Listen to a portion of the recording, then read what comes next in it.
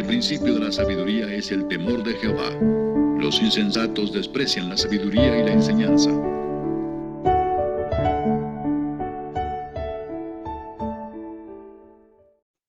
Bueno, jóvenes, vamos a iniciar. El tema que vamos a ver a partir de este momento recibe el nombre de sumatorias. Con esos nombres los van a poder encontrar en los tutoriales o en los libros. Vamos a empezar con el símbolo que se utiliza para las sumatorias. El símbolo que se utiliza es este. ¿Sí? Es como una letra M acostada. Ese símbolo es una letra griega que se llama sigma. Esa es la letra que corresponde a la letra S en nuestro alfabeto, la letra S mayúscula. Esa letra es la que vamos a utilizar para representar sumas que tienen muchos sumandos. Porque es lo que vamos a ver. Vamos a ver la representación abreviada de sumas que tienen muchos sumandos. Dicho de otra manera, sumas que tienen muchos términos. Aquí tenemos el programa que se llama Excel. Y aquí hay un botón. Ahí está ese símbolo. Ese símbolo representa lo que en Excel se conoce como la autosuma. Miren, en Excel nosotros podemos tener unos números. Yo voy a generar una serie. Ahí se generaron los números, ¿verdad? 1, 2, 3, hasta el 15. ¿De acuerdo? Pueden ser más. Entonces me ubico en la celda donde quiera el resultado, que es esta, la última, vacía. Entonces pulso el botón autosuma y automáticamente Excel detecta los valores numéricos que están por encima de esa celda. Si yo acepto, ¿sí? Me aparece el resultado, 120. Entonces, ¿para qué me sirve ese botón de Excel? Me sirve para sumar una serie de números. Pues lo toman de los símbolos matemáticos, ¿eh? En matemáticas, este símbolo está relacionado con la operación de suma, nada más que de una manera especial. Bueno, entonces vamos a hablar ahora de las sumas y luego hablamos de la relación que hay entre las sumas y el símbolo sigma. Una suma está relacionada con el signo más, la crucecita. Normalmente nosotros sumamos cantidades numéricas y resulta que esas cantidades numéricas van a depender del contexto del problema. Pero yo voy a hablar de sumas que tienen ciertas particularidades. Y voy a empezar con una muy simple. La suma de 1 más 2 más 3 más 4 más 5. Entonces ahí tenemos una suma de una cierta cantidad de sumandos. Entonces, ¿cuáles son los sumandos? Aquí está el primero. Este es el segundo, el tercero, el cuarto, el quinto. Entonces, esta suma tiene 5 sumandos. El propósito de esta expresión es que nosotros obtengamos el resultado. Bueno, pues no es difícil de entender qué se tiene que hacer ahí, ¿verdad? ¿De acuerdo? Entonces, ahí tenemos el resultado de la suma. Solamente hay 5 términos. Podemos construir sumas o más sumas con más términos. Por ejemplo, voy a sumar 2 más 4 más 6 más 8 más 10 más 12 más 14 más 16 más 18 más 20. Esa suma está más larguita, pero aún cuando esté un poquito más larga, todavía podemos contar el número de términos. Entonces, ¿cuántos términos tiene esta suma? 10 términos. ¿Cuál es el resultado? Pues habría que sumar los valores. Si no me equivoco, son 110. Se pudo hacer la suma, pudimos contar el número de términos o los sumandos. Ahora, ¿cómo expresarían ustedes verbalmente esta suma? Verbalmente sería la suma de los primeros 5 números naturales. Y entonces, ¿cómo le llamaríamos a esta suma verbalmente? La suma de los primeros 10 números pares. Puedo hacer una suma más larga de los primeros 100 números naturales. Nada más que pues me llevaría a lo mejor un poquito de tiempo en escribirlo. Para ello puedo usar una notación resumida, ¿verdad? Empleando ciertos elementos que me van a ayudar a entender esa simplificación de la suma. Y lo voy a hacer de esta manera, miren. 1 más 2 más 3 más 4. Con esos números ya estoy dando la idea de que son números consecutivos, pero no quiero seguir escribiendo los demás. Entonces le ponemos puntos suspensivos. Luego le vuelvo a poner el signo más, eso es importante. Voy a poner el penúltimo, que sería el 99, y el último de la serie, ¿de acuerdo? Entonces ahí estaría diciendo que quiero obtener la suma de los primeros 100 números naturales. Vamos a usar este tipo de nomenclatura. Los puntos suspensivos indican así sucesivamente, ¿no? ¿Cuántos términos tendría esta suma? 100 términos. Aquí está el primer término o el primer sumando, el segundo sumando, el tercer sumando. ¿Sale? Entonces en total tendría 100 términos. Imagínense que yo escriba 1 más 2 más 3 más 4, así sucesivamente, hasta el último número voy a escribir ahora. Hasta 1.000.000. ¿Verdad que esa suma sí está algo larguita para nosotros? ¿Por qué estamos hablando de sumas de este tipo? Resulta, jóvenes, que para poder entender el origen del cálculo integral, nosotros tenemos que entender una suma con muchos términos, porque más adelante en el análisis que vamos a hacer van a aparecer sumas de muchos términos. Esa cantidad de términos puede estar definida o puede llegar a ser infinita y tienen características como las que acabamos de mostrar. Entonces, para hacer operaciones con esas sumas, es necesario expresarlas de otra manera, porque así, pues, es poco práctico su uso. Y es ahí donde entra la notación sigma. ¿Qué relación existe entre estas sumas y la notación sigma? Vamos a ver cómo se complementan la una con la otra. Vamos a empezar con sumas simples, la primera que usé, creo. Esa suma la voy a poder representar usando la letra griega sigma. En la parte de abajo vamos a escribir un valor inicial. Pero antes les tengo que explicar, bueno, una letra que vamos a utilizar también en la notación sigma, la letra I minúscula, y la vamos a escribir así como en forma manuscrita. Fíjense que la letra I es como una variable a la que se le asigna un valor, el valor que ustedes quieran. Vamos a suponer que a la letra I le asigno el número 5. Más adelante voy a escribir esa expresión. I es igual al valor que tiene I más 1. Entonces voy a hacer acá una estructura que nos va a indicar un ciclo. Un ciclo indica una repetición, ¿verdad? Ustedes saben que nosotros tenemos en la Tierra ciclos anuales. Cada año se presentan las mismas estaciones, ¿sí? Cada año llega la primavera, luego el verano, el otoño, el invierno. Por eso se llaman ciclos. Bueno, pues aquí tenemos un ciclo, ¿verdad? Ese trazo en color azul indica que eso se va a estar dando vueltas, ¿no? Entonces, el valor inicial de la letra I, o el valor inicial que le estoy asignando a la letra I, es el número 5. Y luego, dentro del ciclo, hay una operación que va a modificar el valor de la letra I. ¿Qué va a estar sucediendo con la letra I por cada ciclo que se dé?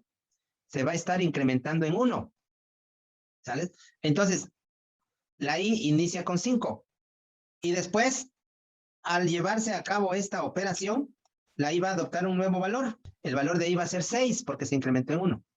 Y luego se lleva a cabo el ciclo y vuelve otra vez a hacer la operación, ¿vale? Entonces, la letra I se utiliza mucho en la programación porque en la programación hay muchos ciclos y ahí se le da aplicación a expresiones como estas. En un ciclo la I tiene un valor y luego al repetirse el ciclo, el valor de I se incrementa en 1, o puede ser en 2 o en 3. Aquí vamos a manejar incrementos de 1 solamente. Entonces, la letra I es una variable, ¿sí? Que va a tomar distintos valores. Entonces, en la notación sigma, vamos a incluir nosotros a esa variable, la letra I. Y voy a escribir aquí, I es igual a 1. Y arriba voy a escribir el valor final de la letra I, pero sin escribir la I. Voy a escribir 5. Entonces, ahí estoy diciendo que la letra I o la variable I adopta un valor inicial, que es 1. Y el valor final de esa letra va a ser 5. Entonces, ya sin necesidad de indicarlo, nosotros debemos entender que el incremento de la letra I va a ser de 1 en 1. Entonces, se va a llevar a cabo un ciclo. En esos ciclos, I vale 1, en el siguiente ciclo, I vale 2, luego vale 3, luego vale 4. Luego vale 5. Y cuando llega a 5 se termina.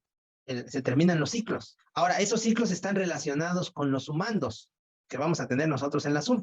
La I se va a utilizar muy frecuentemente para expresar el modelo de cada uno de los sumandos de la suma. ¿A qué me refiero con el modelo de cada uno de los sumandos? Voy a escribir un modelo. Entonces, ¿qué operación interpretamos entre el 2 y la I? Es una multiplicación, ¿verdad? Quiere decir entonces que en la suma, cada sumando va a tener ese modelo. El 2 va a multiplicar a los respectivos valores de I, tomando en cuenta el valor inicial y el valor final. Y también que el valor de I son en incrementos de 1 en 1. Si es así, entonces aquí le voy a poner el signo igual. Y lo primero que voy a hacer es escribir el primer término de la suma, tomando en cuenta el modelo. Entonces, respetando el modelo, sería 2 por 1. Ahí está el primer término de la suma. ¿Tiene esta estructura? Sí. Se está considerando el valor inicial de la I también. Todavía no podemos considerar el valor final, todavía no. Bueno, ahora vamos con el siguiente término de la suma. Debe de tener esta estructura. Pero el valor de I ya no es 1, porque se incrementa. Entonces, ¿cómo quedaría la expresión para el segundo término? 2 por 2. ¿De acuerdo? Bueno, entonces, el siguiente término sería 2 por 3, luego 2 por 4, luego 2 por 5. Y hasta ahí se termina. ¿Por qué?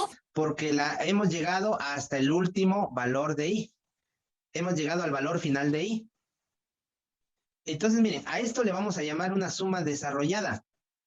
Y esta es la suma en notación sigma, o notación de sumatoria, o una suma de Riemann. Bueno, vamos a hacer otra. Voy a escribir la sumatoria, y ahí le voy a dar un valor inicial, que en este caso va a ser 3. Arriba voy a escribir el valor final, que es 10. Ajá. Y delante de la sumatoria voy a escribir una expresión, que va a ser el modelo de todos los términos. Mi expresión va a ser esta, la letra I elevado al cuadrado. ¿Cuál sería el primer término de la suma? 3 elevado al cuadrado. Ahora, en el siguiente término hay que tomar en cuenta que la I se incrementa en 1. Entonces, ¿cuál sería el siguiente término? 4 al cuadrado, 5 al cuadrado, 6 al cuadrado, 7 al cuadrado, 8 al cuadrado, 9 al cuadrado y 10 al cuadrado. Entonces, tenemos la notación desarrollada y la notación de sumatoria. ¿Sale? El alumno tiene que saber expresar la notación desarrollada a partir de la notación de sumatoria. Y al revés también. Ahorita vamos a ver eso. Bueno, al final tiene que haber un resultado, ¿eh? No lo hicimos por considerar obvio el asunto, pero el resultado de esa sumatoria, ¿cuál sería? 2 por 1. 2. 2 más 4. 6. 6 más 6. 12. 12 más 8. 20. Más 10. 30. Entonces el resultado de toda esa suma es 30. En la de abajo, pues habría que obtener los cuadrados y al último sumar esos cuadrados. Bueno, vamos a ver otro ejemplo. La sumatoria desde I igual a menos 3. Solamente voy a poner I. Entonces ahí estoy representando una suma. Bueno, hay que, si nos piden que la desarrollemos, tenemos que escribir todos sus términos. Entonces sería menos 3 más, menos 2 más, menos 1 más, 0, más 1, más 2, más 3, más 4. Hay que obtener el resultado, ¿sí? Pero bueno, eso es secundario, eso sabemos que es fácil. Lo que nos interesa aquí es entender la expresión, la nomenclatura. Bueno, vamos a tratar de darle interpretación a una sumatoria más. La sumatoria desde I igual a 1 hasta 4, otra vez. Y la expresión que se va a estar sumando de manera repetida va a ser 5. A diferencia de las anteriores, no incluye la I. Pero eso no significa que no se va a tomar en cuenta el incremento de I. Sí, no va a formar parte de la expresión, pero sí de la notación de sumatoria. O sea que el conteo de la I sí se va a llevar a cabo. No va a afectar a los sumandos, pero sí se va a llevar a cabo. Entonces, ¿cuál sería el primer término? ¿Qué fue lo que se estuvo sumando repetidamente acá? 2 por I. ¿Qué se sumó repetidamente acá? I al cuadrado. ¿Y acá qué se sumó repetidamente? El valor directo de I. Entonces, ¿qué vamos a sumar repetidamente acá? Pues el 5. Entonces, ¿cuál es el primer término de la suma? El primer término de la suma sería 5. Y el segundo, 5. Y el tercero, 5. Van a decir, ¿pero cómo sé dónde termina? Bueno, ahí se hace importante saber cuántos términos va a tener la suma. Miren, en este término, la I valía 1, I igual a 1. Y en el de abajo, la I valía 2. En el que sigue, perdón, la I valdría 3. Y aquí la I valdría 4. Por eso les dije, en la expresión no se toma en cuenta el valor de I, pero en el incremento sí. De todas maneras, la I se va a incrementar. ¿Por qué escribimos de manera repetida el 5? Porque no está incluida la I en su expresión. Entonces nos están diciendo que sumemos el 5 4 veces. Desde I igual a 1 hasta 4. Ahí hay 4 veces. 4 términos, pues. ¿Pero dónde quedaron los valores de I? No forman parte de la expresión, jóvenes. Por eso no lo pusimos. Para aquellos que todavía quedaron con dudas, voy a hacer la misma. I igual a 1 hasta 4. Pero ahora voy a poner el 5 y arriba le voy a poner la I. Entonces, ¿cuál sería el primer término de esta nueva suma? 5 y arriba el 1. ¿Y el siguiente término? Al 2. Al cuadrado. Y hay que respetar la estructura. ¿Cuál es el siguiente término? 5 al cubo. 5 al cubo, 5 a la cuarta. Entonces, ¿por qué aquí aparecieron los números 1, 2, 3 y 4? Porque son los valores de I. Y resulta que la I formó parte de la expresión. Pero aquí la I no formó parte de la expresión, entonces no tengo por qué escribir los valores de I. Entonces, miren, esto que escribimos aquí, jóvenes, esto que se escribe aquí, representa la estructura de cada uno de los sumandos. Cada sumando debe de tener esa estructura. Cada término de la suma debe tener esa estructura. Ahora, yo les voy a dar una formulita para que ustedes obtengan el número de términos que va a tener una suma. La formulita es esta. Valor final de I menos valor inicial de I. A todo esto le sumamos 1. ¿Vale? ¿Eso qué es? Eso es el número de términos de la suma. Pues vamos a probar esta formulita. En la primera sumatoria, en esta. ¿Cuál es el valor final? 10. 10. ¿Y el valor inicial? 3. Entonces a 10 le resto 3, me van a quedar 7. Y a eso le sumo 1, me va a dar como resultado 8. ¿Qué significa? Pues que la suma va a tener 8 términos, o que la suma va a tener 8 sumandos, o que vamos a hacer 8 ciclos, pues. Entonces, aplicando esa formulita, ustedes se van a dar cuenta cuántos términos va a tener la suma. Bueno, entonces, jóvenes, aquí tenemos una sumatoria, o mejor dicho, sumatorias expresadas en su notación sigma y en su notación desarrollada.